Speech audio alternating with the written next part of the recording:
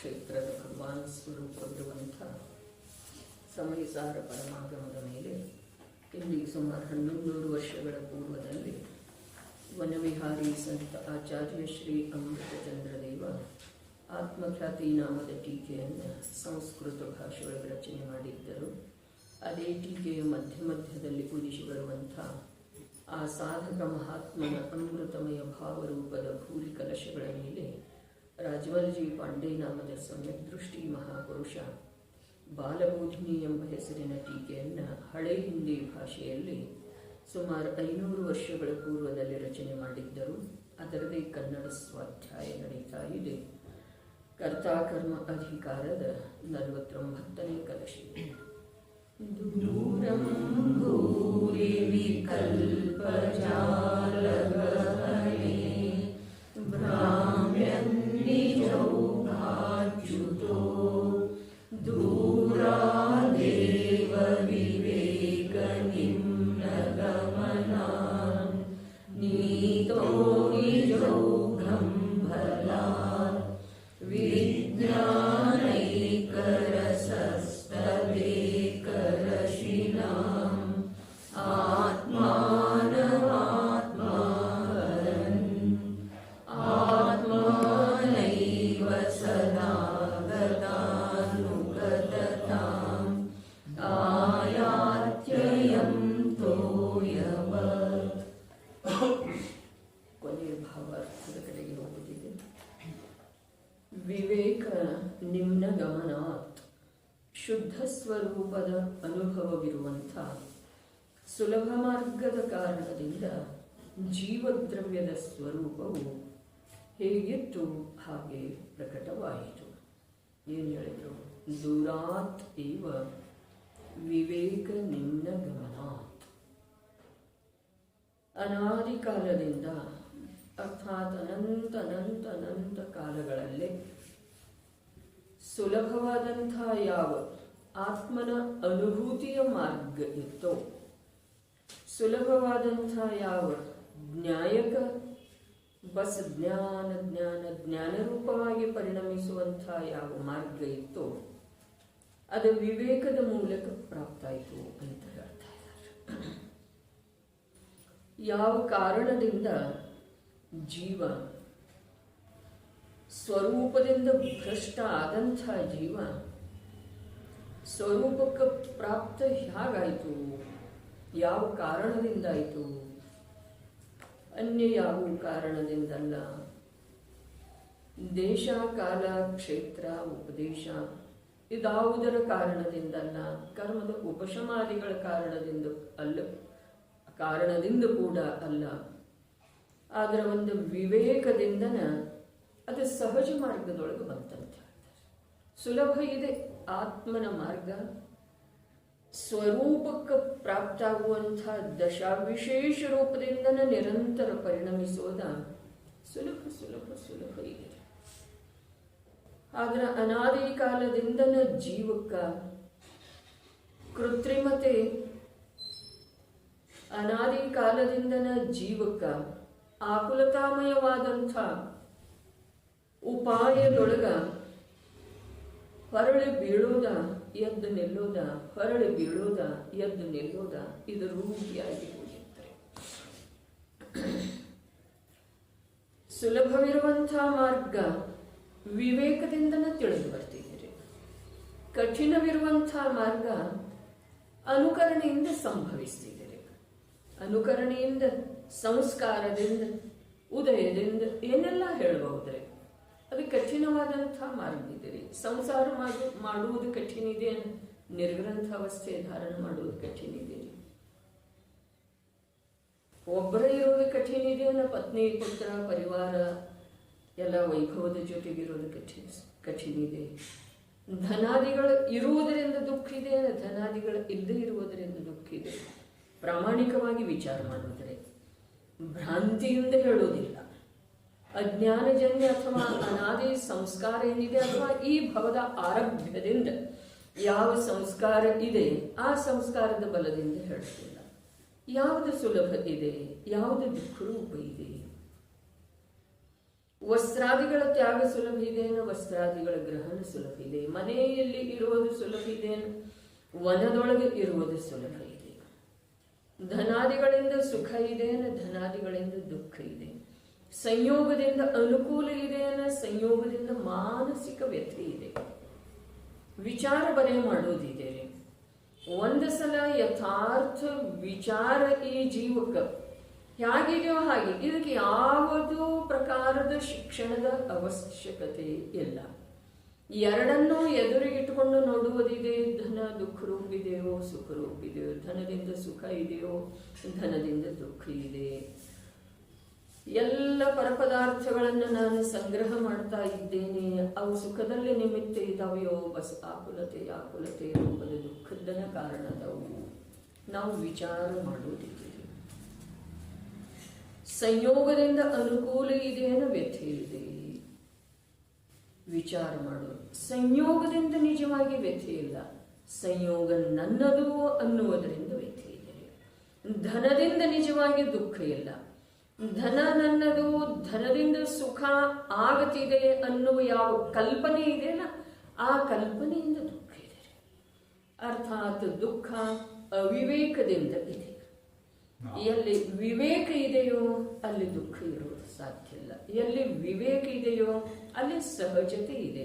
ಎಲ್ಲಿ ಸಹಜತೆ ಇದೆಯೋ ಅದನ್ನೇ ವೀತರಾಗತೆ ಅಂತ ಹೇಳಿ ಹೇಳುತ್ತದೆ. ಯಾವುದರ ಕುರಿತನೂ ಇಷ್ಟ ಅನಿಷ್ಟ ಬುದ್ಧಿ ಇಲ್ಲದೆ ಇರುವುದೇ ಸಹಜತೆ ಇದೆ. ಮತ್ತು ಸಹಜ ಮಾರ್ಗ ಸುಲಭ ಇದೆ ಅಲ್ಲ. ಕೃತ್ರಿಮ ಮಾರ್ಗ ಯಾವತ್ತಿದ್ರೂ ಕಠಿಣ ಇದೆ. ತೋರಿಕೆಯ ಜೀವನ ಕಠಿಣ ಇದೆ. ಇದೆಯೋ ಅಥವಾ ಇಲ್ಲ ನೋಡಿ. ನಾವು ಎರಡರೊಳಗೆ ನಿರಂತರ ವ್ಯಸ್ತಿದ್ದೇವೆ.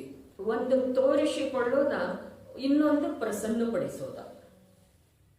ದೇಹ ಮೊದಲಾದವನ್ನು ಎಲ್ಲಾದ್ರೂ ಪ್ರಸನ್ನಪಡಿಸೋದ್ರೊಳಗನ ನಮ್ದು ಜೀವನ ಹೋಗ್ತಾ ಇದೆ. ಆದ್ರೆ ಪ್ರಸನ್ನ ದೇಹ ಯಾವಾಗ ಆಗ್ತಿದೆ? ನಮ್ಮ ಇಚ್ಛೆ ಮೇರೆಗೆ ಯಾವಾಗ ಅದಕ್ಕೆ ಕಾರ್ಯ ಮಾಡ್ತಿದೆ? ಸಂಯೋಗದವರ ಅಥವಾ ಸಂಯೋಗದ ಯಾವುದೇ ವಸ್ತು, ಚೇತನ ಇರಲಿ ಅಚೇತನ ಇರಲಿ, ನಾವು ಪ್ರಸನ್ನಪಡಿಸುವುದರಿಂದ ಅವರ ಅಥವಾ ಆ ವಸ್ತು ಪ್ರಸನ್ನ, ಅರ್ಥಾತ್ ನಮಗೆ ಬೇಕು ಹಾಗೆ ಇರೋದು ಸಾಧ್ಯ ಇದೆ ಅಂದ್ರೆ ಇಲ್ಲವೇ ಇಲ್ಲ.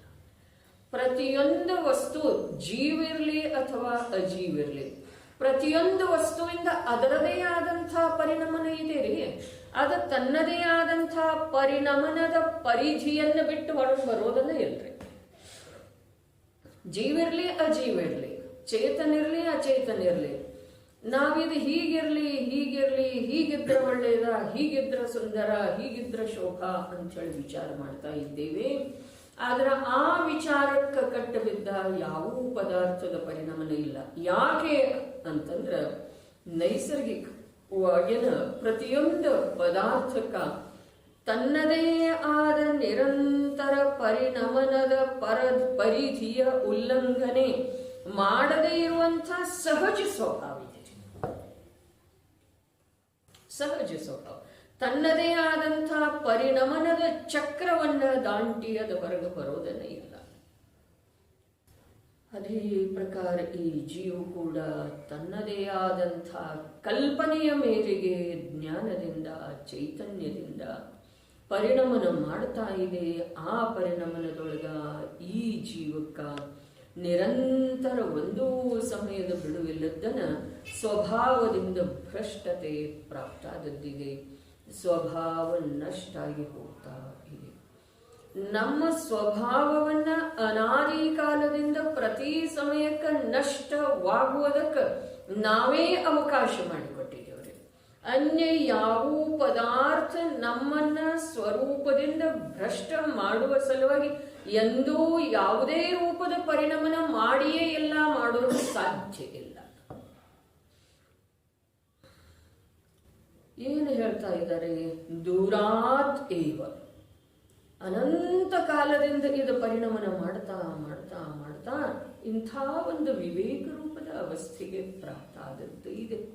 ವಿವೇಕ ಇದೆ ರೀ ನಮ್ಮ ಜೀವನದೊಳಗ. ಪ್ರತಿಯೊಂದು ಸಮಯದಲ್ಲಿ ಯಾವಾಗ ಮಾತೆಯ ಗರ್ಭದಲ್ಲಿ ಆಹಾರ, ಶರೀರ, ಇಂದ್ರಿಯ ಮೊದಲಾದವುಗಳ ಪರ್ಯಾಪ್ತಿ ಪೂರ್ಣ ಆದ ನಂತರ ಮನ ಪರ್ಯಾಪ್ತಿಯ ಪೂರ್ತಿ ಆಯಿತು. ಅಂದಿನಿಂದ ನಮಗೆ ವಿವೇಕ ಇದೆ.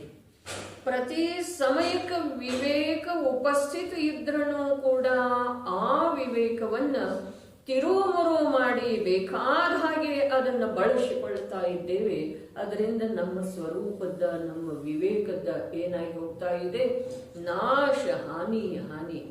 ಸ್ವಲ್ಪ ವಿಚಾರ ಮಾಡ್ರೆ ನಿರಂತರ ಹಾನಿ ಕೈಗೆ ಬಂದಂಥ ತುತ್ತನ್ನ ಎಸೆಯುವ ಮಣ್ಣಪಾಲ ಮಾಡುವ ಕರ್ತವ್ಯವನ್ನು ನಾವು ಮಾಡ್ತಾ ಇದ್ದೇವೆ. ಆ ಕರ್ತವ್ಯದಿಂದ ಆ ವಿವೇಕ ಅರ್ಥಾತ್ ಯಾವ ತುತ್ತು ಇದೆಯೋ ಅದು ಪೂರ್ಣ ಆಗಿ ಹೋಗ್ತಿದೆ. ಅರ್ಥಾತ್ ನಮ್ಮ ಕೈಯೊಳಗೆ ಭವಿಷ್ಯದಲ್ಲಿ ಏನೂ ಉಳಿಯುವುದಿಲ್ಲ. ಇದು ವಾಸ್ತವಿಕತೆ ಇದೆ. ದೂರಾತ್ ಏವ ಅಂತ ಹೇಳ್ತಾರೆ. ಅನಂತ ಕಾಲದೊಳಗೆ ಪರಿಭ್ರಮಣ ಮಾಡ್ತಾ ಏಕೇಂದ್ರಿಯ, ಸ್ಥಾವರ, ನಿಗೋದಿ, ಬಾದರ, ಸೂಕ್ಷ್ಮ, ಆಮೇಲೆ ತ್ರಸ, ವಿಕಲತ್ರಯ, ಅಸಂಜ್ಞಿ ಪಂಚೇಂದ್ರಿಯ, ತಿರ್ಯಂಚ, ಇದೆಲ್ಲ ಆಗಿ ಸಂಜ್ಞಿ ಪಂಚೇಂದ್ರಿಯ ರೂಪದ ಅವಸ್ಥೆ ಪ್ರಾಪ್ತ ಆಯ್ತಲ್ಲ. ಆ ಅವಸ್ಥೆಗೆ ಬಂದ ನಂತರ ಒಂದು ವೇಳೆ ಆ ವಿವೇಕದ ಸದುಪಯೋಗ ಮಾಡಿಕೊಂಡ ಆ ಯಾವ ಒಂದು ಅನಂತ ಕಾಲದೊಳಗೆ ದೊರಕದೇ ಇರುವಂತಹ ಯಾವ ಒಂದು ಚೈತನ್ಯದ ಸಾಮರ್ಥ್ಯದಲ್ಲಿ ವಿಶೇಷತೆ ಪ್ರಾಪ್ತ ಆಗಿತ್ತೋ ಆ ವಿಶೇಷತೆಯನ್ನ ಯಾವ ಧ್ರುವ ಸ್ವಭಾವಿದೆ, ಚೈತನ್ಯ ಸ್ವಭಾವಿದೆ, ನ್ಯಾಯಕ ಸ್ವಭಾವಿದೆ, ಶಾಂತ ಶೀತಲ ಸ್ವಭಾವಿದೆ, ಆ ಸ್ವಭಾವದ ಒಂದು ವೇಳೆ ಅವನು ಸ್ವೀಕಾರ ಮಾಡಿದ ಅಂತಂದ್ರ ಆ ಸುಲಭ ಮಾರ್ಗದಿಂದ ಅವನಿಗೆ ಸ್ವರೂಪದ ಪ್ರಾಪ್ತಿ ಆಯಿತು. ಸ್ವರೂಪದ ಪ್ರಾಪ್ತಿ ಒಂದು ಸಮಯದ ಪರಿಣಾಮದ ಮಾತಿದೆ. ಪರಿಣಮನವನ್ನ ಅನೇಕ ಸಮಯದ ಪರಿಣಾಮಗಳನ್ನ ಅಭೇದ ರೂಪವಾಗಿ ಅಥವಾ ಪ್ರವಾಹ ರೂಪವಾಗಿ ಹೇಳಿದ್ರೂ ಕೂಡ ಜೈನ ಸಿದ್ಧಾಂತದಲ್ಲಿ ಜೈನ ಸಿದ್ಧಾಂತಗಳ ಅಭ್ಯಾಸ ಮಾಡುವ ಸಲುವಾಗಿ ಯಾವ ಮೊದಲನೇದ್ದು ಇದೆ ಜೈನ ಸಿದ್ಧಾಂತದ ಪ್ರವೇಶಿಕ, ಅಲ್ಲಿ ಯಾವ 4 ಅಭಾವಗಳನ್ನು ಹೇಳಿದ್ರು ಅದರೊಳಗೆ ಮೊದಲನೇ ಅಭಾವ ಇದೆ ಪ್ರಾಗ್ಭಾವ. ವರ್ತಮಾನ ಪರ್ಯಾಯದೊಳಗ ಪೂರ್ವ ಪರ್ಯಾಯದ ಅಭಾವ. ಅರ್ಥಾತ್ ಪರಿಣಮನ ಎಲ್ಲಿದೆ? ಪರಿಣಮನ ಚೈತನ್ಯದ್ದೇ ಇದೆ, ಪರಿಣಮನ ಇರುವುದಿಲ್ಲ. ಇನ್ನು ಚೈತನ್ಯಾನುವರ್ತಿ ಪರಿಣಾಮ ಸ ಉಪಯೋಗ ಅಂತೇಳಿ ಹೇಳಿದ್ದಾರೆ. ಚೈತನ್ಯದ ಅನುಸಾರವಾಗಿ ಯಾವ ಪರಿಣಮನ ಇದೆಯೋ ಅದನ್ನೇ ಉಪಯೋಗ ಅಂತ ಹೇಳಿದ್ರು. ಆ ಉಪಯೋಗ ಒಂದು ಜ್ಞಾನದರ್ಶನ ಇದೆ ವಿನಃ ರಾಗ ವೀತರಾಗ ರೂಪ ಇಲ್ಲ. ಇಲ್ಲಿ ನಮಗೆ ಭೇದ ಜ್ಞಾನ ಆಗಬೇಕಾಗಿದೆ. ರಾಗ ಅಥವಾ ವೀತರಾಗ ರೂಪ, ಶುಭ ಅಥವಾ ಅಶುಭ ರೂಪ, ಶುಭಾಶುಭ ಅಥವಾ ಶುದ್ಧ ರೂಪದ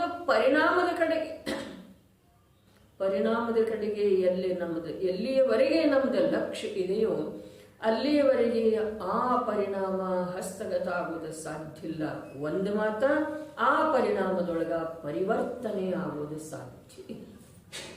ಯಾವ ಪರಿಣಾಮದೊಳಗ ಶುಭ ಅಶುಭ ಅಥವಾ ಶುಭಾಶುಭ ಶುದ್ಧ ಅಥವಾ ರಾಗ ವೀತರಾಗ, ಈ ಪರಿಣಾಮಗಳ ಕಡೆಗೆ ನಮ್ದು ಎಲ್ಲಿಯವರೆಗೆ ಲಕ್ಷ್ಯ ಇದೆಯೋ ನೋಡ್ರಿ. ಸಂಯೋಗ, ಶರೀರ, ಉದಯದಂತೂ ಮಾತು ಅವು ಭಿನ್ನ ದ್ರವ್ಯದ್ದು ಅದಾವ, ಅವುಗಳಲ್ಲಿ ನಮ್ಮದ ಅತ್ಯಂತ ಅಭಾವ ಇದೆ.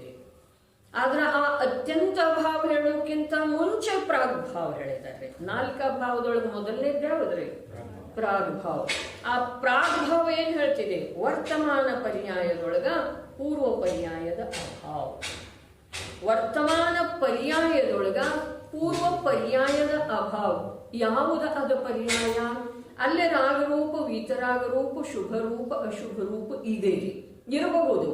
ಆದ್ರ ಒಂದಿಷ್ಟು ನಾವು ಕುಂದ ಸಾಹಿತ್ಯದನ ಒಂದಿಷ್ಟು ಗಂಭೀರತೆಯಿಂದ ವಿಚಾರ ಮಾಡಿದ್ದೆ. ಆದ್ರ ಪ್ರಾಗಭಾವ ಎಲ್ಲಿ ಹೇಳಿದರಲ್ಲ ಅಲ್ಲಿ ವರ್ತಮಾನ ಪರ್ಯಾಯದೊಳಗೆ ಪೂರ್ವ ಪರ್ಯಾಯದ ಅಭಾವ ಹೇಳಿದರೆ ಇದು ಒಂದು ವಿಷಯ ಆಯ್ತು ವಿಜಯಣ್ಣ. ಎರಡನೇ ವಿಷಯ, ಈ ಪರ್ಯಾಯ ಏನಿದೆನಾ, ಈ ಪರ್ಯಾಯ ರಾಗರೂಪ, ವೀತರಾಗರೂಪ ಅಥವಾ ಶುಭಾಶುಭ ರೂಪ, ಶುದ್ಧ ರೂಪ ಇದು ಹೇಳಿದಾರೆ ಅಲ್ಲಿ. ಇನ್ನೂ ಮುಂದೆ ಹೋದ ನಂತರ ಶುಭದೊಳಗೂ ಶುಭದ ಅಭಾವ ಇದೆ, ಶುದ್ಧದೊಳಗೂ ಶುದ್ಧದ ಅಭಾವ ಇದೆ. ಸಿದ್ಧ ಪರ್ಯಾಯದಲ್ಲಿ ಶುದ್ಧನ ಅದವಲ್ಲ, ಆದ್ರೆ ಅವ್ರದ್ದು ಕೂಡ ವರ್ತಮಾನ ಪರ್ಯಾಯದೊಳಗ ಪೂರ್ವದ ಶುದ್ಧ ಪರ್ಯಾಯದ ಅಭಾವ ಇದೆ. ಹೌದ್ರೆ? ಹಾಗಾದ್ರೆ ಇಲ್ಲೇನು ಬಂತು? ಶುದ್ಧ ಪರ್ಯಾಯ, ಅನುಭೂತಿ ರೂಪ ಪರ್ಯಾಯದ ಮಾತು ಬಂತಾರೆ. ಶುದ್ಧ ಇರಲಿ, ಶುಭ ಇರಲಿ, ಅಶುಭ ಇರಲಿ, ಆ ಪರ್ಯಾಯದ ಮಾತು ಬಂತ್ರಿ. ಪ್ರಾಗ್ಭಾವ 4 ಅಭಾವದೊಳಗೆ ಬರುವಂತಹ ಮೊದಲನೇ ಪ್ರಾಗ್ಭಾವದ ಪರಿಭಾಷೆಯೊಳಗೆ ಯಾವ ಪರ್ಯಾಯ ಬಂದಿದೆಯಲ್ಲ ಆ ಪರ್ಯಾಯ ಪ್ರಕಟ ಯಾವುದಿದೆಯಲ್ಲ ಶುಭ, ಅಶುಭ ಅಥವಾ ಶುದ್ಧನೇ ಇದ್ರೂ ಕೂಡ ವರ್ತಮಾನ ಪರ್ಯಾಯದೊಳಗ ಪೂರ್ವ ಪರ್ಯಾಯದ ಅಭಾವ ಇದೆ. ಇದು ಒಂದು ವಿಷಯ ಆಯ್ತ್ರಿ. ಇನ್ನ ಚೈತನ್ಯಾನುವರ್ತಿ ಪರಿಣಾಮ ಸ ಉಪಯೋಗ, ಈಗಿದು ಎರಡನೇ ವಿಷಯ ನಡೀತಾ ಇದೆ. ಯಾಕೆ ಅಂತಂದ್ರೆ ಇಲ್ಲಿ ಪರಿಣಾಮ ಬಂದಿದೆ ಅಲ್ಲ, ಆ ಪರಿಣಾಮ ಯಾವುದಿದೆ ಅನ್ನೋದು ನಮಗೆ ತಿಳ್ಕೊಳ್ಳೋದಿದೆ. ನಿನ್ನೆ ದೃಷ್ಟಾಂತ ಹೇಳಿದ್ದಿತ್ತು ಜೋಗ ಜಲಪಾತದಿಂದ ಧುಮ್ಮಿಕ್ಕಿ ಬೀಳುವಂತಹ ಜಲದ ಮಾತ, ಜಲದ ಪರಮಾಣುವಿನ ಮಾತ. ಪರಮಾಣು ಇದೆ, ಅದ ಬಿಂದು ಇದೆ, ಅದ ಪರಿಣಾಮ ಇದೆ. ಇಲ್ಲಿ ದ್ರವ್ಯದ ಅಲ್ಲಿ ಧುಮ್ಮಿಕ್ಕಿ ಬೀಳುವಂತಹ ಜೋಗ ಜಲಪಾತದೊಳಗೆ ಯಾವ ಜಲಧಾರೆಯ ಒಂದು ಬಿಂದು ಇದೆ ಅಲ್ಲ, ತುದಿಗೆ ಬಂದು ನಿಂತಿರುವಂತಹ ಬಿಂದು ನಿಂತೇ ಇಲ್ರಿ, ಅದ ನಿಲ್ಲಲಿಕ್ಕೆ ಅವಕಾಶನೇ ಇಲ್ಲ. ಅಂಥದ್ದು ಯಾವುದಿದೆ ಅಲ್ಲ ಅದನ್ನ ಪರಿಣಾಮ ಅಂತ ಹೇಳಿ ಇಲ್ಲಿ ನಾವು ತಿಳ್ಕೊಳ್ಳಿಕ್ಕೆ ಹೇಳಿದ್ದಿತ್ರಿ. ಈಗಿಲ್ಲಿ ಪರ್ಯಾಯದ ಒಂದು ಪರಿಭಾಷೆ ಆಯ್ತು, ಪ್ರಾಗಭಾವದ. ಎರಡನೇದಿನ ಪರಿಭಾಷೆ ನಡೀತಾ ಇದೆ ಚೈತನ್ಯಾನುವರ್ತಿ ಪರಿಣಾಮ ಸ ಉಪಯೋಗ. ಅಲ್ಲಿಯೂ ಪರಿಣಾಮ ಬಂತ್ರಿ. ಹೌದ್ರೆ? ಚೈತನ್ಯಾನುವರ್ತಿ ಪರಿಣಾಮ ಸ ಉಪಯೋಗ. ಉಪಯೋಗ ಎಷ್ಟು ಪ್ರಕಾರ ಇದೆ? ಉಪಯೋಗ ಜ್ಞಾನ ದರ್ಶನ ಅಂತೇಳಿ 2 ಪ್ರಕಾರದ ಅಂತರ ಭೇದ ಇದೆ. ಆದ್ರೆ ಉಪಯೋಗೋ ಲಕ್ಷಣ ಅಂತೇಳಿ ತತ್ವಾರ್ಥ ಸೂತ್ರದೊಳಗೆ ಬಂತು. ಆ ಉಪಯೋಗ ಅದು ಅಭೇದ ಇದೆ. ಜ್ಞಾನ ದರ್ಶನ ಅಂತೇಳಿ ನಮಗೆ ತಿಳ್ಕೊಳ್ಳೋ ಸಲುವಾಗಿ ಭೇದ ಮಾಡಿದ್ದೇ ಇದೆ.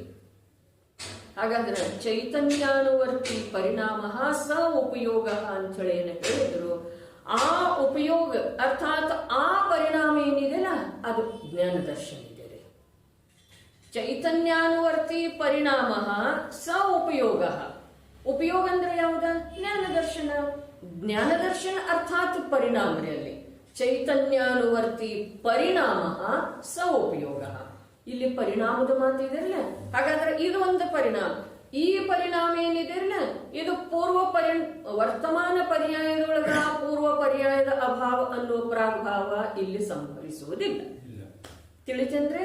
ಯಾಕಂದ್ರೆ ಅದೇನಿದೆ ಚೈತನ್ಯಾನುವರ್ತಿ ಪರಿಣಾಮ, ನಿರಂತರ ಚೈತನ್ಯದ ಅನುಸಾರವಾಗಿ ಅದರಲ್ಲೇ ಪರಿಣಮನ ಆಗ್ತಾ ಇರ್ತಿದೆ. ಪರಿಣಮನ ಶಬ್ದ ಬೇಕಾಗಿತ್ತು ಅಂತಂದ್ರೆ ಇಲ್ಲಿ ಪರಿಣಮನ ಶಬ್ದ ಇದೆ. ಪರಿಣಮನ ಶಬ್ದದ ಅರ್ಥ, ನಿಜವಾದ ಅರ್ಥ ಇಲ್ಲಿದೆ. ಏನ? ಚೈತನ್ಯಾನುವರ್ತಿ ಪರಿಣಾಮ ಸ ಉಪಯೋಗ. ಹಾಗಾದ್ರೆ ಇದು ನಿಜವಾಗಿ ಏನಿದೆ ಅಂತಂದ್ರೆ ಪರಿಣಾಮ ಇದೆ. ಈ ಪರಿಣಾಮಗಳದ್ದು ಯಾವ ಶೃಂಖಲೆ ಇದೆ ಅಲ್ಲ ಇದು ಪರಿಣಾಮ. ಹೌದ್ರೆ? ರಾಗ ರೂಪದ ಪರಿಣಾಮದ ಶೃಂಖಲೆ ಏನಿದೆ ಅದನ್ನು ಪರಿಣಾಮ ಅನ್ಲಿಕ್ಕೆ ಬರುವುದಿಲ್ಲ. ಶುದ್ಧ ಸಿದ್ಧ ರೂಪದ ಯಾವ ಪರಿಣಾಮಗಳ ಶೃಂಖಲೆ ಇದೆ ಅದನ್ನು ಪರಿಣಾಮನ ಅನ್ಲಿಕ್ಕೆ ಬರುವುದಿಲ್ಲ. ಯಾವುದೋ ಅಪೇಕ್ಷಾದಿಂದ ಯಾವುದೋ ಸ್ಥೂಲ ದೃಷ್ಟಿಯಿಂದ ಅಂದಿದ್ರೂ ಕೂಡ ಅದು ಸರಿಯಲ್ಲ. ಸಮ್ಯಕ್ ದರ್ಶನ ಆದ್ಮೇಲೆ ಶುದ್ಧ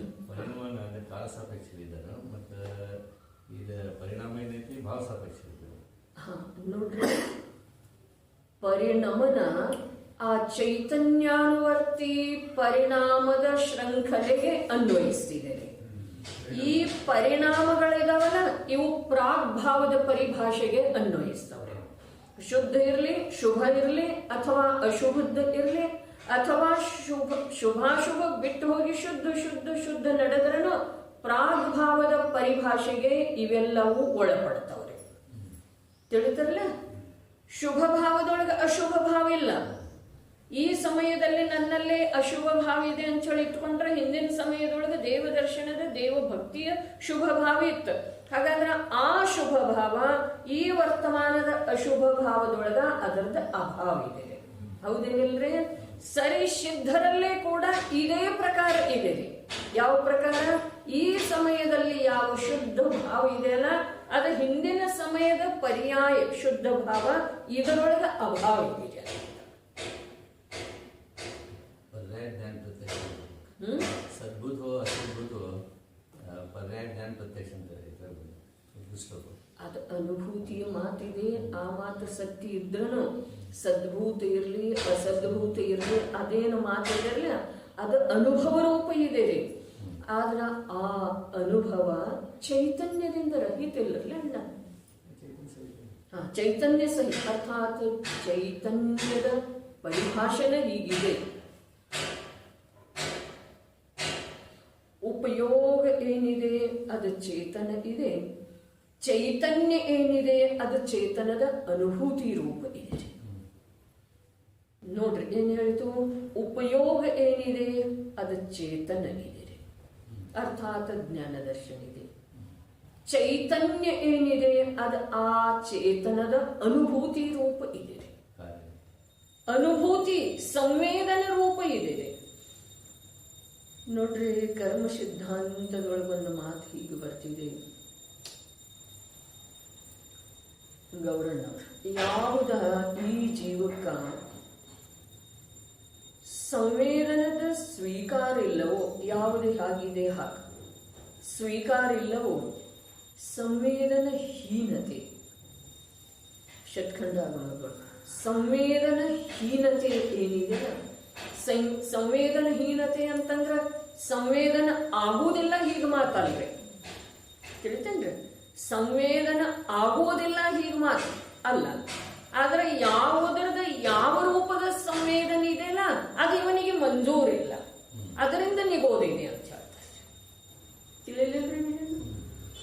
ಯಾವುದೇ ಹೇಗಿದೆಯಲ್ಲ ಆ ಪ್ರಕಾರದ ಅನುಭೂತಿ ಏನಿದೆ ಅದು ಇವನಿಗೆ ಮಂಜೂರು ಇಲ್ಲ.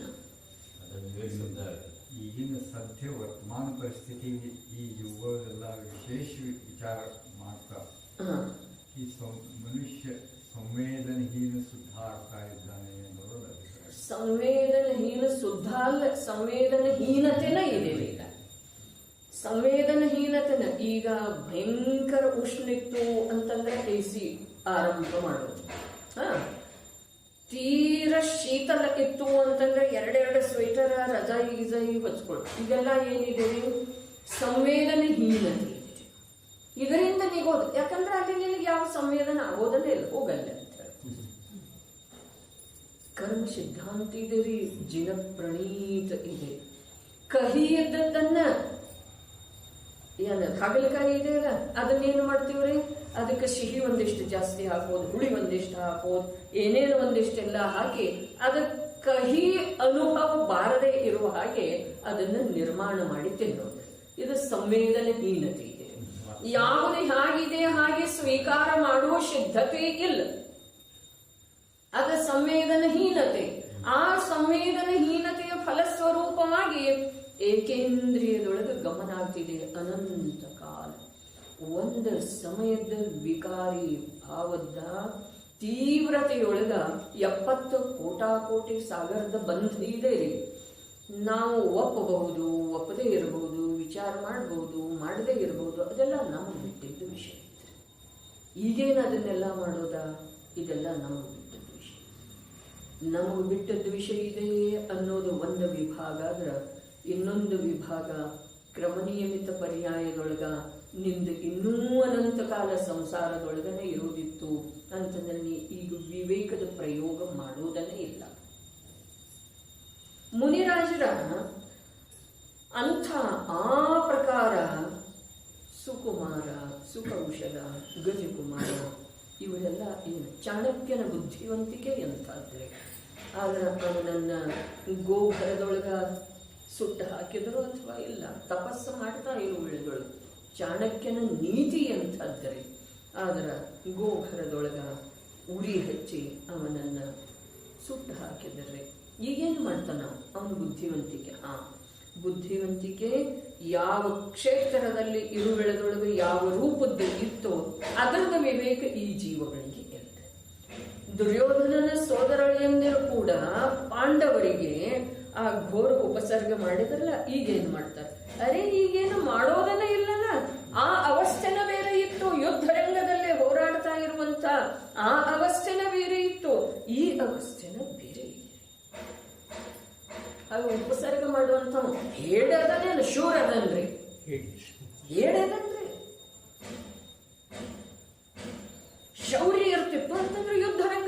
ಜಯಿಸಬಹುದಾಗಿತ್ತಲ್ಲ.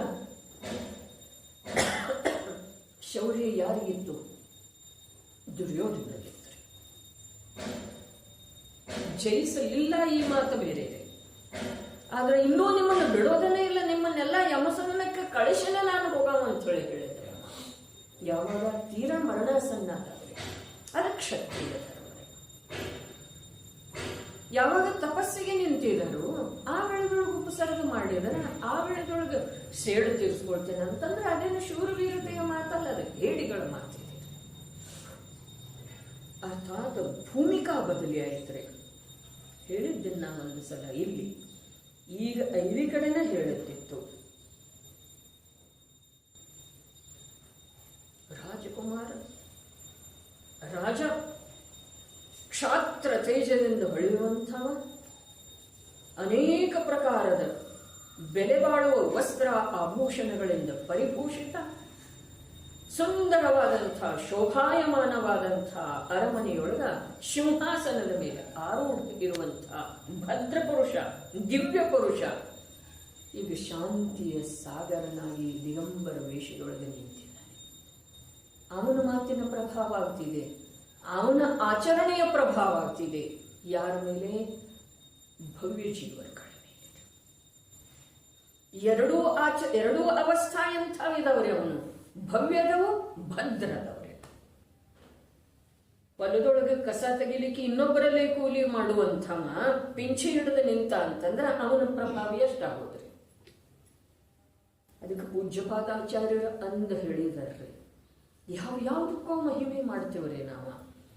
ಯಾರಲ್ಲೇ ಈ ಪ್ರಕಾರದ ದಿವ್ಯ ಭವ್ಯವಾದಂಥ ಪುಣ್ಯವನ್ನ ಅಲಕ್ಷ್ಯ ಮಾಡುವಂಥ ಯೋಗ್ಯತೆ ಇದೆಯೋ ಅವರೇ ನಿಜವಾಗಿ ಧರ್ಮವನ್ನ ಪ್ರಾಪ್ತ ಮಾಡಿಕೊಳ್ಳೋದ ಅಥವಾ ಮೋಕ್ಷ ಲಕ್ಷ್ಮಿಯನ್ನ ವರಿಸುವುದ ಸಂಭವ ಇದೆ. ತೆಗೆದು ನೋಡೋದು ಪೂಜ್ಯಪಾದಾಚಾರ್ಯರ ಸರ್ವಾರ್ಥ ಸಿದ್ಧಿಯೊಳಗೆ ಹೇಳಿದ್ದಾರೆ. ದೀಕ್ಷಾ ಯಾರು ತಗೊಳ್ಳೋದಿರ್ತಿದೆ ಅನ್ನೋದು ನೋಡ್ರಿ. ಅಲ್ಲಿ ಬಂತು ಅನೇಕ ಕಥನ ಬರ್ತಾವ್ರಿ. ಮೀನ ಹಿಡಿಯುವಂಥ ಮೀನುಗಾರ ವ್ರತ ತಗೊಂಡ್ರೆ ಅವ ದೀಕ್ಷಾ ತಗೊಳ್ಳಿಲ್ಲ, ಅವನೇ ಧನ್ಯಕುಮಾರ. ಆದರೆ ದೀಕ್ಷಾ ತಗೊಂಡಿರ್ಲಿಲ್ಲ ಅವ. ಆ ವ್ರತದೊಳಗೆ ಆ ಪ್ರಕಾರ ದೃಢ ಉಳಿಯುವುದರಿಂದ ಅವ ಧನ್ಯಕುಮಾರ. ಕಾಷ್ಟಾಂಗಾರ ಮರವನ್ನ ಕಡಿದು ಕಟ್ಟಿಗೆಗಳನ್ನ ಮಾರಿ ಒಂದು ಹೊತ್ತಿನ ಜೀವನೋಪಾಯ ನಡೆಸುವಂಥ ಕಾಷ್ಟಾಂಗಾರ ಮುನಿಗಳ ದಿವ್ಯ ಭವ್ಯವಾದಂಥ ಶಾಂತ ವೀತರಾಗಮಯವಾದಂಥ ಮುದ್ರೆಯನ್ನು ನೋಡಿ ಮೈ ಮರಿತಾನೆ, ವಿಸ್ಮಿತ ಆಗ್ತಾನೆ, ತನ್ನ ಕಾರ್ಯವನ್ನ ಮರೆತು ಬಿಡ್ತಾನೆ. ತನ್ನ ಹಿಂದೆ ಇರುವಂಥ ಜೀವನವನ್ನ, ತನ್ನನ್ನ ಆಧರಿಸಿ ಇರುವಂಥ ಜೀವರುಗಳನ್ನ ಎಲ್ಲವನ್ನೂ ಮರೆತು ಬಿಡ್ತಾನೆ. ಆಮೇಲೆ ಸಮರ್ಪಿತ ಆಗ್ತಾನೆ ಆ ದಿಗಂಬರ ಮಹಾಮುನಿಗಳ ಸಾನ್ನಿಧ್ಯದೊಳಗ. ಅದೇ ಪ್ರಕಾರದ ದಿಗಂಬರ ಅವಸ್ಥೆಯನ್ನ ವೀತರಾಗ ಮುದ್ರೆ, ವೀತರಾಗತೆಯ ಅನುಭವ ಯಾವುದರಿಂದ ಆಗ್ತಿದೆಯೋ ಅಂತ ಅವಸ್ಥೆಯನ್ನ ಧಾರಣ ಮಾಡ್ತಾನೆ. ಯಾರಿಗೂ ಗೊತ್ತಿಲ್ಲದೆ ಮೋಕ್ಷಕ್ಕೆ. ಇದು ಮಾತು ಬೇರೆ ಇದೆ. ಇಂಥವ್ರು ಇದಾರ್ರಿ, ಇಂಥವ್ರು ಅನೇಕ ಜನರು ಆಗಿದ್ದಾರೆ. ಆದ್ರೆ ನಿಜವಾಗಿ ಜನಮುನಿ ಯಾರು ಶೋಭಿಸ್ತಾರೋ ಅಂತಂದ್ರೆ ಇಂಥವ್ರು ಶೋಭಿಸ್ತಾರೆ. ಇಂಥವ್ರ ಕ್ಷಾತ್ರ ತೇಜದಿಂದ ಬೆಳೀತಾ ಇದ್ದ ಸುಂದರವಾದಂಥ ತೇಜಸ್ಪುಂಜವಾದಂಥ ಕಾಯಿ ಇದೆ, ನಾಮಕರ್ಮ ಅಂಥದ್ದಿದೆ, ರಾಜಪಿಂಡ ಅಂಥದ್ದೇ ಇದೆ, ಮತ್ತು ಬೆಲೆ ಬಾಳುವ ಅಭೂತ ಅಲೌಕಿಕ ಲೋಕದೊಳಗೆ ಸಾಮಾನ್ಯವಾಗಿ ಎಲ್ರಿಗೂ ಕಲ್ಪನೆ ಕೂಡ ಮಾಡೋ ಸಾಧ್ಯ ಇಲ್ಲ ಅಂಥ ವೈಭವಯುತವಾಗಿ ಮೆರೀತಾ ಇದ್ದಾನೆ. ಒಂದೇ ಒಂದು ಸಮಯದೊಳಗೆ ಅವನ ಪರಿವರ್ತನೆ ಶಾಂತಿಯ ಸಾಗರದೊಳಗೆ ಇದು ಪರಿಣಾಮದ ಮಾತಿದೆ. ಅಲ್ಲಿ ನಮ್ಮ ಪರಿಣಾಮದ್ದು ಎಷ್ಟು ವ್ಯಾಖ್ಯೆ ಆದವ್ರೆ? ಎರಡಾದವು. ಏನ? ಪ್ರಾಗ್ಭಾವದೊಳಗೆ ಬರುವಂಥದ್ದು ಯಾವುದಿದೆಯೋ ಅದ ಪರ್ಯಾಯ ಇದೆ. ಆ ಪರ್ಯಾಯಕ್ಕ ಜೀವದ ಪರ್ಯಾಯಕ್ಕ ಪರಿಣಾಮ ಅಥವಾ ಭಾವ ಕೂಡ ಅನ್ಬಹುದ್ರಿ. ಶುಭ ಭಾವದೊಳಗ ಹಿಂದಿನ ಸಮಯದ ಅಶುಭ ಭಾವ ಏನಿದೆ ಅಭಾವ ರೂಪ ಇದೆ. ವರ್ತಮಾನದಲ್ಲಿ ಯಾವ ಶುದ್ಧ ಭಾವ ಪ್ರಕಟ ಇದೆ ಆ ಶುದ್ಧ ಭಾವದೊಳಗ ಪೂರ್ವ ಶುಭ ಭಾವ ಅಭಾವ ರೂಪ ಇದೆ. ಒಂದು ಸಮಯದೊಳಗೆ ಇರುವಂತಹ ಮುನಿ ಅವಸ್ಥೆಯಲ್ಲಿ ಯಾವ ಶುದ್ಧ ಭಾವ ಇದೆಯೋ ಆ ಶುದ್ಧ ಭಾವದೊಳಗ ಅದೇ ಮುನಿಯ ಸಾಧಕ ಭಾವ ಹಿಂದಿನ ಸಮಯದ ಶುದ್ಧ ಭಾವದ ಅಭಾವ ಇದೆ. ಸಿದ್ಧರಲ್ಲಿ ಇರುವಂತಹ ಶುದ್ಧ ಭಾವದ ವರ್ತಮಾನ ಶುದ್ಧ ಭಾವದೊಳಗ ಪೂರ್ವದ ಶುದ್ಧ ಭಾವದ ಅಭಾವಿದೆ. ಇದು ಪ್ರಾಗ್ ಭಾವ. ಇಲ್ಲಿ ನಾವು ಪರಿಣಾಮ ಅಂದ್ರನು, ಭಾವ ಅಂದ್ರನು, ಪರ್ಯಾಯ ಅಂದ್ರನು ನಡೀತಿದೆ. ಯಾಕೆ ಅಂತಂದ್ರೆ ತಿಳ್ಕೊಳ್ಳುವಂಥವ್ರದ ಕರ್ತವ್ಯ ಇದೆ. ಇಲ್ಲಿ ಏನು ಅಭಿಪ್ರಾಯ ಇದೆ ಅನ್ನೋದು ಎಲ್ಲವನ್ನೂ ಎಲ್ಲಾ ಕಡೆಗೂ ಎಲ್ಲವನ್ನೂ ಶುದ್ಧ ಮಾಡ್ತಾ ಹೋಗುವುದಿಲ್ರಿ ಜ್ಞಾನಿಗಳ, ಸ್ಪಷ್ಟಪಡಿಸ್ತಾ ಹೋಗುವುದಿಲ್ಲ. ವಿಷಯ ಏನು ನಡೆದಿದ್ದಿದೆ ಅದರ ಅನುಸಾರವಾಗಿ ಜವಾಬ್ದಾರಿ ಶ್ರೋತೃವಿಂದ ಇದೆ ರೀ, ಏನಿದೆ ಇಲ್ಲಿ ಅಂತ ಹೇಳಿ ತಿಳ್ಕೊಳ್ಳೋದ. ಹಾಗಾದ್ರೆ ಅಲ್ಲಿ ಪರಿಣಾಮ ಅಂತ ಹೇಳಿ ಹೇಳಿದ್ರೂ ತಪ್ಪಿಲ್ಲ. ಯಾಕೆ ಅಂತಂದ್ರೆ ಜೀವದ ಭಾವಕ್ಕ ಪರಿಣಾಮ ಅಂತಾರೆ, ಜೀವದ ಪರಿಣಾಮಕ್ಕ ಭಾವ ಅಂತಾರೆ, ಜೀವದ್ರವ್ಯದ ಪರ್ಯಾಯಕ್ಕ ಅವಸ್ಥೆಗೆ ಭಾವಕ್ಕ ಪರ್ಯಾಯ ಅಂತಾರೆ. ಇವೆಲ್ಲವೂ ಅದಾವ್ರಿ. ಇದು ಒಂದು ಪರಿಭಾಷೆ ಆಯ್ತು. ಕ್ರಮಬದ್ಧ ಪರ್ಯಾಯನೂ ಅನ್ವಯಿಸ್ತೀವಿ. ಇಲ್ಲಿ ಕ್ರಮಬದ್ಧ ಪರ್ಯಾಯನೂ ಅನ್ವಯಿಸ್ತಿದ್ರೆ, ಇನ್ನ ಇಲ್ಲಿ ಇಲ್ಲಿ ಎಲ್ಲ ಅದೆಲ್ಲ ಅನ್ವಯಿಸಿದ್ರೆ ಅದರ ವರ್ತಮಾನದ ಸಮಯದೊಳಗ ಪೂರ್ವ ಸಮಯದ ಪರ್ಯಾಯ ಪರಿಣಾಮ ಭಾವ ಅದರದ ಅಭಾವ ಇದೆ. ಇಷ್ಟು ಮಾತ್ರ ಇಲ್ಲಿ ಮುಖ್ಯ ಇದೆ. ಹಾಗಾದ್ರೆ ಅಲ್ಲಿ ಬದಲಾಗುವಂಥದ್ದು ಇದೆ, ಅದು ಬದಲಾಗುವಂಥದ್ದು ಇದೆ. ಅದಕ್ಕೆ ಪರಿಣಾಮ ಅನ್ಬಹುದು, ಭಾವ ಅನ್ಬಹುದು. ಆದ್ರೆ ಆ ಭಾವಗಳ ಶೃಂಖಲೆಗೆ ಪರಿಣಮನ ಅನ್ನುವುದಿಲ್ಲ. ಅಂದ್ರ ಅದು ಜೈನ್ ದರ್ಶನವನ್ನ ತಿಳಿದಂಥವ್ರದ ಮಾತ ಅಲ್ಲ, ಅದು ಪರಿಣಮನ ಅಲ್ಲ.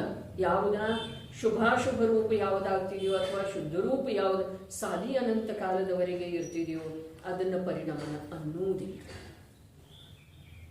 ಪರಿಣಮನ ಶಬ್ದ ಯಾವುದಕ್ಕೆ ಇದೆ? ಪರಿಣಮನ ಶಬ್ದ ಚೈತನ್ಯಾನುವರ್ತಿ ಪರಿಣಾಮ ಸ ಉಪಯೋಗ. ಆ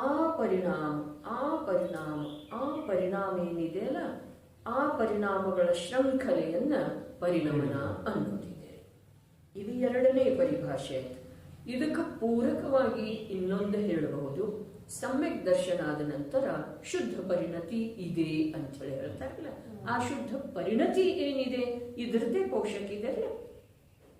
ರಾಗರೂಪ ಭಾವ ಇದ್ರೂ ಕೂಡ, ವಿಷಯಾಭಿಲಾಷೆಯ ಭಾವ ಇದ್ರೂ ಕೂಡ, ಕಷಾಯ ರೂಪದ ಭಾವ ಇದ್ರೂ ಕೂಡ ಶುದ್ಧ ಪರಿಣತಿ. ಹಾಗಾದ್ರೆ ಅದು ಉಪಯೋಗದ ಪರಿಣತಿ ಇದೆ.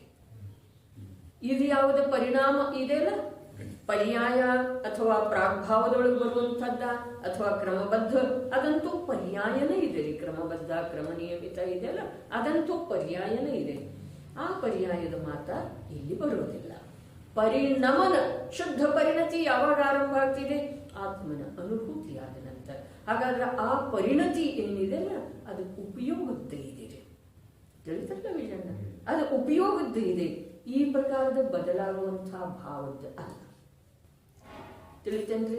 ವಿಚಾರ ಮಾಡೋದು ಬರೀ ಈಗ ಕ್ಷಣಿಕ ತಿಳಿದ್ರೆ ಆಗಲಿಲ್ಲ. ವಿಚಾರ ಮಾಡೋದು ಈ ಪ್ರಕಾರ ಬದಲಾಗುವಂತಹ ಭಾವಕ್ಕ ಪರಿಣತಿ ಅಥವಾ ಪರಿಣಮನ ಅನ್ನೋದ ನಿಜವಾಗಿ ಜೈನ ದರ್ಶನದ ವಾಸ್ತವಿಕತೆ ಅಲ್ಲ. ತಿಳಿದ್ರೆ ಇನ್ನೊಂದು ಮೂರನೇದ್ದು, ಕುಂದ ಸಾಹಿತ್ಯ ಏನಿದೆ ಅದ ಸಮಸ್ತ ಮೋಕ್ಷಾಭಿಲಾಷಿ ಜೀವರುಗಳಿಗೆ ಅವ ಬೇಕಾದ್ರೆ ಆಗಮದ ಭಾಷೆಯೊಳಗ ಸಮ್ಯಕ್ತ ಸನ್ಮುಖ ಮಿಥ್ಯಾ ದೃಷ್ಟಿ ಇರಬಹುದು, ಜಿಜ್ಞಾಸು ಇರಬಹುದು, ಮುಮುಕ್ಷು ಇರಬಹುದು, 4ನೇ ಗುಣಸ್ಥಾನವರ್ತಿ ಇರಬಹುದು, 5ನೇ ಗುಣಸ್ಥಾನವರ್ತಿ ಇರಬಹುದು, ಅಥವಾ ಶ್ರೇಣಿಯೊಳಗ ಮಂಡಿಸುವಂಥ, ಶ್ರೇಣ್ಯಾರೋಹಣೆ ಮಾಡುವಂಥ, ಉಚ್ಚ ಧ್ಯೇಯದಿಂದ 2ನೇ ಗುಣಸ್ಥಾನಕ್ಕೆ ಹೋಗುವಂಥ 6ನೇ ಗುಣಸ್ಥಾನವರ್ತಿ ಸಾಧಕ ಇರಬಹುದು. ಎಲ್ರಿಗೂ ಏನಿದೆ ಅಂತಂದ್ರೆ ಕುಂದ ಸಾಹಿತ್ಯ ಪರಮ ಪರಮ ಪರಮ ಉಪಕಾರಿ ಇದೆ. ಹಾಗಾದ್ರೆ ಪ್ರವಚನ ಸಾರದೊಳಗೆ ಬಂತಲ್ಲ, ಜೋ ಜಾನದಿ ಅರಹಂತಂ ದವತ್ತ ಗುಣತ್ತ ಪಜ್ಜೆ, ಅಲ್ಲಿ ಪರ್ಯಾಯ ಯಾವುದು?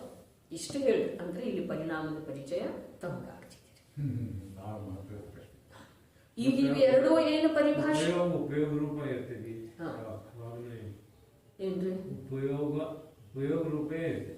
ಹೌದು, ಉಪಯೋಗ ರೂಪನೇ ಇರ್ತಿದ್ರಲ್ಲ ಅಂಥೇಳಿನ ಆ ಪರಿಣಮನ ಏನಿದೆಯಲ್ಲ ಅದು ಕೇವಲ ಉಪಯೋಗಕ್ಕೆ ಅನ್ವಯಿಸಿದೆ. ಪ್ರಾಗಭಾವ ಕ್ರಮನಿಯಮಿತ ಪರ್ಯಾಯ ಇದೇನಿದೆಯಲ್ಲ ಇದು ಶುಭಾಶುಭ ಶುದ್ಧ ಭಾವಗಳಿಗೆ ಅನ್ವಯಿಸಿದೆ. ವಿಷಯ ಸ್ಪಷ್ಟ ಆಗಿದೆ ಏನಿಲ್ರಿ? ಪರಿಣಮನ ಏನಿದೆ ಅದು ಉಪಯೋಗಕ್ಕೆ ಅನ್ವಯಿಸಿದೆ. ಉಪಯೋಗವನ್ನು ಮುಖ್ಯ ಮಾಡಿಕೊಂಡು ಅಥವಾ ಉಪಯೋಗ ಸಾಪೇಕ್ಷ ಆ ಕಥನದೊಳಗ ಉಪಯೋಗ ಅಪೇಕ್ಷಿತ ಇದೆ. ಉಪಯೋಗ ಆ ಶಬ್ದಕ್ಕ ಉಪಯೋಗ ಅಪೇಕ್ಷಿತ ಇದೆ. ಪರಿಣಮನ ಶಬ್ದಕ್ಕೆ ಅಪೇಕ್ಷಿತ ಯಾವುದಿದೆ ಅಂತಂದ್ರೆ ಉಪಯೋಗ ರೀ. ಮತ್ತಿನ್ನ ಆ ಪರ್ಯಾಯ ಕ್ರಮನಿಯಮಿತ ಪರ್ಯಾಯ ಮತ್ತು ಪ್ರಾಗಭಾವ ಇವುಗಳಿಗೆ ಯಾವ್ದು ಅಪೇಕ್ಷಿತ ಇದೆ ಅಂತಂದ್ರೆ ಶುಭ ಅಶುಭ ಶುದ್ಧ ಯಾವುದೇ ಇದ್ರೂ ಅದು ಬದಲಾಗುವಂತ ಭಾವ. ತಿಳಿತೇನಿಲ್ರಿ? ಇವು ಎರಡು ವಿಭಾಗವನ್ನ ಇಲ್ಲಿ ಭೂಮಿಕಾ ರೂಪದಿಂದ ಸ್ವೀಕಾರ ಮಾಡಿ ಜೋ ಜಾಣದೆ ಅರ್ಹಂತಂ ದವ್ವತ್ತ ಉಣತ್ತ ಪಜ್ಜಯತ್ತೆ ಹಿಂಸೋ ಜಾಣದೆ ಅಪ್ಪಾಣಂ ಮೋಹಂ ಖಲು ಜಾತಿ ತಸ್ಸಲಯಂ ಏನು ಹೇಳಿದ್ರಲ್ಲ, ಅಲ್ಲಿ ಪರ್ಯಾಯದ ಪರಿಭಾಷೆ ಏನಿದೆ? ಅರ್ಹಂತರನ್ನ ದ್ರವ್ಯ ಗುಣ ಪರ್ಯಾಯದಿಂದ ತಿಳಿಯೋದಿದೆ. ಹಾಗಾದ್ರೆ ಅಲ್ಲಿ ಪರ್ಯಾಯ ಶಬ್ದ ಯಾವುದರ ಅಪೇಕ್ಷಿತ ಇದೆ?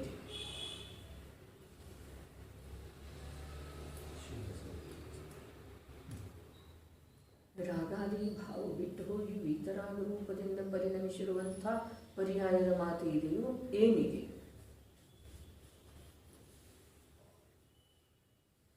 ಸಮ್ಯಕ್ ದರ್ಶನ ವೀತರಾಗ ಭಾವದ ಅವಲೋಕನದಿಂದ ಆಗ್ತಿದೆ, ಸರ್ವಜ್ಞತೆಯ ಸ್ವೀಕಾರದಿಂದ ಆಗ್ತಿದೆ. ಇದನ್ನೆಲ್ಲ ಹೇಳಬಹುದಲ್ಲ? ಸರ್ವಜ್ಞತೆಯ ಸ್ವೀಕಾರದಿಂದ ವೀತರಾಗ ಭಾವದ ಅವಲೋಕನದಿಂದ ಆಗುವುದಿಲ್ಲ, ಸರ್ವಜ್ಞತ್ವದ ಸ್ವೀಕಾರ. ವೀತರಾಗ ಭಾವದಲ್ಲಿ ಸರ್ವಜ್ಞತಾ ಸಾಪೇಕ್ಷತೆ ಇಲ್ರಿ. ವೀತರಾಗ ಏನೈತಿ ಒಂದು ಸಮಯದ ಭಾವ ಮತ್ತು ಸರ್ವಜ್ಞತೆ ನಿರಂತರ ಭಾವ. ಏನಂದ್ರೆ ನೀವು ಸರ್ವಜ್ಞತೆ ವೀತರಾಗ ಸಾಪೇಕ್ಷ ಐತೇನೆ ಅಂತ ಹೇಳಿ ಕೇಳ್ತಾರ್ರಿ. ಇಲ್ಲ. ಯಾಕೆ ಅಂತಂದ್ರ ವೀತರಾಗ ಇನ್ನೂ 4 ಭವಾಧಾರಣ ಮಾಡುವಂತಹ ಭಾವಲಿಂಗಿ ಮುನಿಯಲ್ಲೇನೂ ಇರ್ತಿದೆ. ಇನ್ನೂ ಮುಂದೆ ಹೋಗಿ ಹೇಳಿದ್ರ ಜಿನಾಗಮದ ಆಜ್ಞೆಯ ಅನುಸಾರ ದಿಗಂಬರ ದೀಕ್ಷೆ ಸಾಧಕ ಅವಸ್ಥೆಗಳಿರುವಂತಹ ಆತ್ಮಾನುಭೂತಿ ರಹಿತ ದ್ರವಿಲಿಂಗಿ ಮುನಿಯಲ್ಲಿ ಕೂಡ ವೀತರಾಗ ಮುದ್ರೆ ಇರ್ತಿದೆ.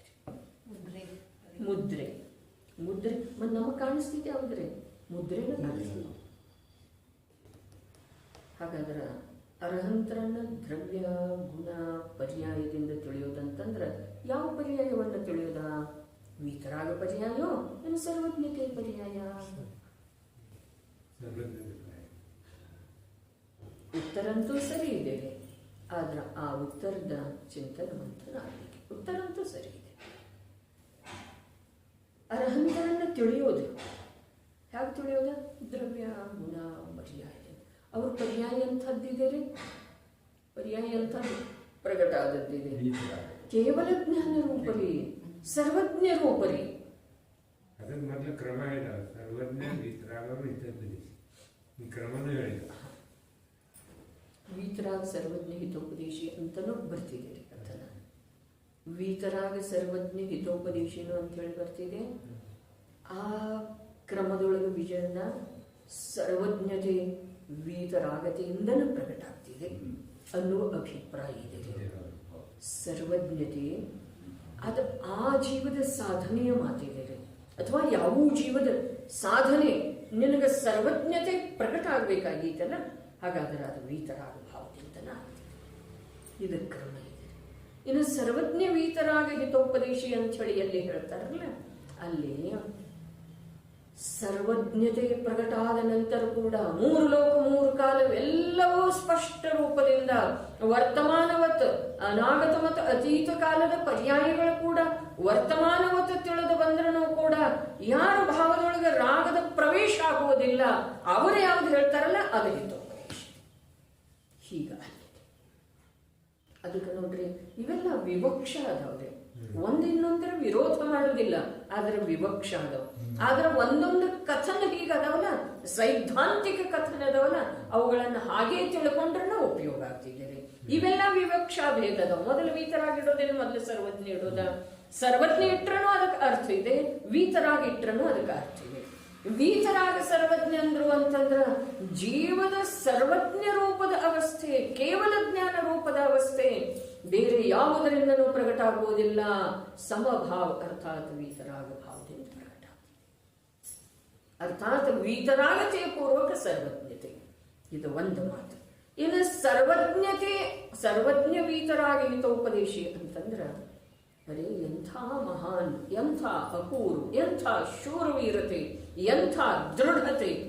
ಮೂರು ಲೋಕದ ಸಮಸ್ತ ಚರಾಚರ ಪದಾರ್ಥಗಳ ಅತೀತ ಅನಾಗತ ಪರ್ಯಾಯ ಸಹಿತ ವರ್ತಮಾನದ ಹಾಗೆ ಕಂಡು ಬಂದರನು ಕೂಡ ಯಾರಲ್ಲಿ ಯಾವುದೇ ಪ್ರಕಾರದ ವಿಕಾರ ಉತ್ಪನ್ನ ಆಗುವುದಿಲ್ಲವೋ, ರಾಗದ್ವೇಷ ಆಗುವುದಿಲ್ಲವೋ, ಅವರು ಹೇಳೋ ಮಾತು ಸತ್ಯ ಇದೆಪ್ಪ, ಅವರು ಹೇಳೋ ಮಾತು ಹಿತದ ಉಪದೇಶ ಇದೆ. ನಂದ ಆಗು ಹೋಗು ಎಲ್ಲ ಗೊತ್ತಿದ್ದ ಯಾರು ನನ್ನ ಸ್ವರೂಪವನ್ನು ಹೇಳ್ತಾರೋ ಅವರು ನನ್ನ ಹಿತದ ಮಾತು ಹೇಳ್ತಾರೆ. ಪರ್ಯಾಯದ ಮಾತು ನೋಡ್ರಿ, ಅವಧಿಜ್ಞಾನಿ ಮುನಿಗಳ ಪ್ರಥಮಾನುಯೋಗದಲ್ಲಿ ಬರ್ತಿದೆ. ಅವಧಿಜ್ಞಾನಿ ಯಾವ ದೊರೆ ಯಾವುದೋ ನಿಮಿತ್ತದಿಂದ, ಪಾಂಡುಂದನ ಬಂತಲ್ಲ, ಯಾವುದೋ ನಿಮಿತ್ತದಿಂದ ವೈರಾಗ್ಯ ಆಗಿ ಹೊರಟು ಹೋಗ್ತಾನೆ. ದಿಗಂಬರ ಮಹಾಮುನಿಗಳ ಪ್ರಾಪ್ತ ಆಗ್ತಾರೆ, ಸಂಯೋಗ ಆಗ್ತಿದೆ. ಅಲ್ಲಿ ಆತ ಈ ಖಿನ್ನವಾದಂಥ ವದನ, ಈ ಒಂದು ಸಂಸಾರದ ಅಸಾರತೆಯನ್ನ ಮನಗಂಡಿರುವಂಥ ಒಂದು ಯಾವ ಮುದ್ರೆ ಕಾಣಿಸ್ತಿದೆ, ಅದನ್ನ ಅವರ ಅಳತೆ ಮಾಡಿ ತತ್ವದ ಸ್ವರೂಪ ಹೇಳ್ತಾರೆ. ಆಮೇಲೆ ಆ ತತ್ವ ಅವನಿಗೆ ಮನವರಿಕೆ ಆಗಿದೆ ಅನ್ನೋದು ತಿಳಿದು ಬಂದ ನಂತರ ಅವನಿಗೆ ನಿಂದಿನ 13 ದಿವಸ ಆಯುಷ್ಯ ಐತೆ ನೋಡಪ್ಪ ಅಂತ ಹೇಳಿ ಹೇಳಿದ್ರು. ಇಲ್ಲದಿದ್ರೆ ಯಾರಿಗಾರಿಗರೆ ಹೇಳಿದ್ರೆ ಅದರದ ಉಪಯೋಗ ಆಗೋದಿದೆಯೇನು, ಅನುಪಯೋಗ ಆಗೋದಿದೆಯೇ, ಲಾಭ ಆಗೋದಿದೆಯೇನು, ಹಾನಿ ಆಗೋದಿದೆ. ಈಗ ನೀವು ಶಾಂತ ಚಿತ್ತದಿಂದ ಜನವಾಣಿಯ ಅಭ್ಯಾಸ ಮಾಡ್ತಾ ಇರ್ತೀರಿ. ಇನ್ನು ನಿಮ್ಮ ಆಯುಷ್ಯ 10 ದಿವಸ ಇದೆ ಅಂತ ಹೇಳಿ ಹೇಳಿದ್ರೆ ಜನವಾಣಿಯೊಳಗೆ ಎಷ್ಟು ರುಚಿ ಉಳಿತಿದ್ದೀರಿ? ಅದಕ್ಕೆ ವಸ್ತು ವ್ಯವಸ್ಥೆ ಏನಿದೆ ಅದು ನಿಜವಾಗಿನ ಅನುಕೂಲ ಇದೆ. ಇನ್ನು ನಿಮ್ದು 50 ವರ್ಷ ಆಯುಷ್ ಇದೆ ಅಂತ ಹೇಳಿ ಹೇಳಿದ್ರೂ ಕೂಡ ಇವ 50 ವರ್ಷ ಆಯು ಇದೆ ಅನ್ನುವುದರಿಂದ, ಅರ್ಥಾತ್ 50 ವರ್ಷದ ನಂತರ ನಾ ಸಾಯುವುದಿದೆ ಅನ್ನುವಂಥ ವಿಕಲ್ಪದಿಂದ ಇವು ಯಾವಾಗ ಬಿಡುಗಡೆ ಬಂತನ್ರಿ ಅನ್ನೋದನ್ನಿಲ್ಲ. 10 ದಿವಸ ಅಂತ ಹೇಳಿ ಹೇಳಿದ್ರೂ ಅಷ್ಟೇ, 50 ವರ್ಷ ಅಂತ ಹೇಳಿ ಹೇಳಿದ್ರೂ ಅಷ್ಟೇ. ಇವನಿಗೆ ಬೆನ್ನು ಹತ್ತುತ್ತಿದೆ ಭೂತರಿ, ಮರಣದ ಭಯ ರೂಪದ ಭೂತ. ಅದು ಯಾವಾಗಲೂ ಅಭಿಪ್ರಾಯದೊಳಗಿದೆ, ಆದ್ರೆ ಬುದ್ಧಿಪೂರ್ವಕರೇ ಅದನ್ನು ಮರ್ತಿದ್ದಾನ್ರಲ್ಲ ಇವ. ನಾ ಸಾಯುವುದಿದೆ ಅನ್ನೋದು ಅಭಿಪ್ರಾಯದೊಳಗೆ ಇರಬಹುದು. ಅದಕ್ಕೆ ಕ್ಷಣಿಕ ವೈರಾಗ್ಯ, ಸ್ಮಶಾನ ವೈರಾಗ್ಯ ಅಂತಾರೆ ಅದಕ್ಕೆ. ಆದ್ರ ತತ್ವದ ಜ್ಞಾನಪೂರ್ವಕ ಯಾವ ವೈರಾಗ್ಯ ಆಗ್ತಿದೆನಾ ಅವನಿಗೆ ನಿನ್ನ ಆಯುಷ್ಯ 10 ದಿವಸ ಇದೆ ಅಂದ್ರೂ ಏನಾಗುದಿಲ್ಲ, 3 ದಿವಸ ಇದೆ ಅಂದ್ರೂ ಏನಾಗುದಿಲ್ಲ. ಸುಕುಮಾರ ಗೊತ್ತಾಯ್ತಲ್ಲ, ಇನ್ನು 3 ದಿವಸ ಆಯುಷ್ಯ ಇದೆ ಅಂತ ಹೇಳಿ. ತ್ರಿಲೋಕ ಪ್ರಜ್ಞಪ್ತಿ ನಡೆದಿತ್ತರಿ ವಾಚನ. ಇವ್ರು ಹೋದ ನಂತರ ಇನ್ನು ನಿನ್ನ ಆಯುಷ್ಯ 3 ದಿವಸ ಇದೆ. 3 ದಿವಸ ಇದ್ದಾಗ ಅವನನ್ನು ಎಚ್ಚರಗೊಳಿಸುವ ಸಲುವಾಗಿನ ಅದು ನಡೆದಿತ್ತರಿ. ಅಲ್ಲಿ ಹೊರ ಉದ್ಯಾನದೊಳಗ ತ್ರಿಲೋಕ ಪ್ರಜ್ಞಪ್ತಿ ವಾಚನ ನಡೆದಿತ್ತು. ಇವನಿಗೆ ವೈರಾಗ್ಯ ಐತ್ರಿ. ಇವನಿಗೆ 3 ದಿವಸ ಇದ್ದರೇನು, ಮತ್ತೆ 2 ದಿವಸ ಇದ್ದರೇನು, 1 ದಿವಸ ಇದ್ದರೇನು, ಏನಿದೆ ರೀ ಅಂತ ಜುಗಲ್ ಕಿಶೋರ್ ಮುಕ್ತಾರ ಹೇಳಿದ್ರಲ್ಲ, ಲಾಖೋ ವರ್ಷೋ ತಕ ಜೀವು ಯಾ ಮೃತ್ಯು ಆಜಹಿ ಆಜಾವೆ. ಇದು ತತ್ವ ತಿಳಿದಂಥ ಜೀವದ ಮಾತಿದೆ ರೀ. ಈಗ ನೀವು ಪ್ರಥಮಾನುಯೋಗದ ಅವಲೋಕನೆ ಮಾಡಿದ್ರೂ ಕೂಡ ನಾನು ಹಿಂದಿನ ಭಾವದೊಳಗೆ ಏನಿದ್ದನು, ಏನು ಮಾಡಿರುವ ಫಲಸ್ವರೂಪವಾಗಿ ನನಗೆ ಇಂಥದ್ದೆಲ್ಲ ಕಷ್ಟ ಬಂತು ಅಂತ ಹೇಳಿ ಯಾವ ಶೀತೆ ಆಗಲಿ ಅಥವಾ ಯಾವ ದ್ರೌಪದಿದ್ದಾಗಲಿ ಅಲ್ಲಿ ವಿವರಣೆ ಆಯ್ತಲ್ಲ, ಅದು ಯಾವಾಗ ಅಂತಂದ್ರೆ ಅವರು ಸಂಪೂರ್ಣ ಈ ಪರ್ಯಾಯದ ಕುರಿತು ಪ್ರಕಟವಾಗುವಂಥ, ಉತ್ಪನ್ನ ಆಗುವಂಥ, ನಾಶ ಆಗುವಂಥ ಪರ್ಯಾಯಗಳ ಕುರಿತು ಸಂಪೂರ್ಣ ಅಸ್ಪಷ್ಟ ಯಾವಾಗ ಅದಲ್ಲ ಅವಾಗ ಅದು ಅವರಿಗೆ ತಿಳಿಸಲಾಯಿತು, ಹೇಳಲಾಯಿತು. ಇಲ್ಲದಿದ್ರೆ ಅನ್ಯಥಾ ಹೇಳಿದ್ರೆ ಜೀವನಿಗೆ ಲಾಭಕ್ಕಿಂತ ಹಾನಿನೇ ಆಗ್ತಿದೆ, ನಿಜವಾಗಿ ಹಾನಿ ಆಗ್ತಿದೆ. ಹಾಗಾದ್ರೆ ಈ ಪರಿಣಾಮ ಯಾವ್ದಾ ಅಂತ ಹೇಳಿ ವಿಚಾರ ಮಾಡಿ ನಾಳೆ ನಿಷ್ಕರ್ಷಕ್ಕೆ ಬರೋದ ಒಂದೇ ವಾಕ್ಯದೊಳಗೆ ನೋಡಿ ಮುಂದಿನ ಶ್ಲೋಕಕ್ಕೆ ಹೋಗೋದ ಅಭಿಪ್ರಾಯ ಐತ್ರಿ. ಆದ್ರೆ ಅದು ನನ್ನ ಕೈಯೊಳಗ